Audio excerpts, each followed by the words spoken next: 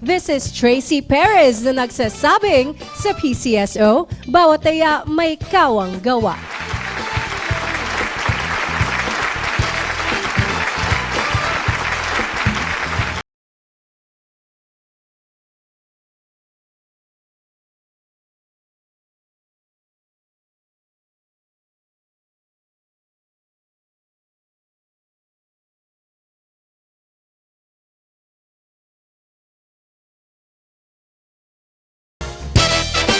Si Dingdong Dantes po ito. Quiz time muna tayo. Kapag lumindol ng malakas, ano ang dapat mong gawin? Letter A, makipagtulakan at tumakbo agad palabas ng building habang may malakas na lindol? Letter B, tuloy lang sa work. Opo, work po tayo. Opo, tuloy lang. Or letter C, mag-duck, cover and hold kung nasa loob ng matibay na bahay at hihintaying tumigil ang lindol bago lumabas ng building. Kung C ang sagot mo, good job.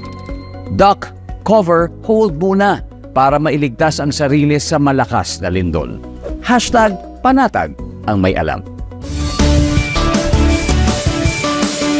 Maging panatag Pilipinas. Relationships, intimacy, mental health. Ito ang safe space mo for questions we're all afraid to ask. Pag-usapan natin ang lahat ng yan. Abangan!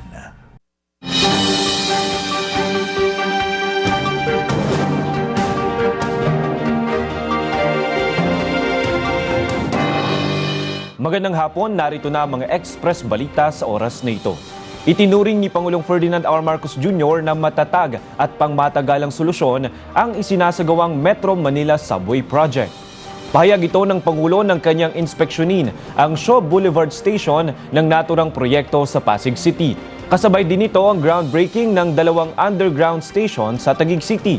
Idinetali ng Pangulo na mas mabilis na ang konstruksyon ng naturang proyekto kumpara sa itinakda nitong timeline.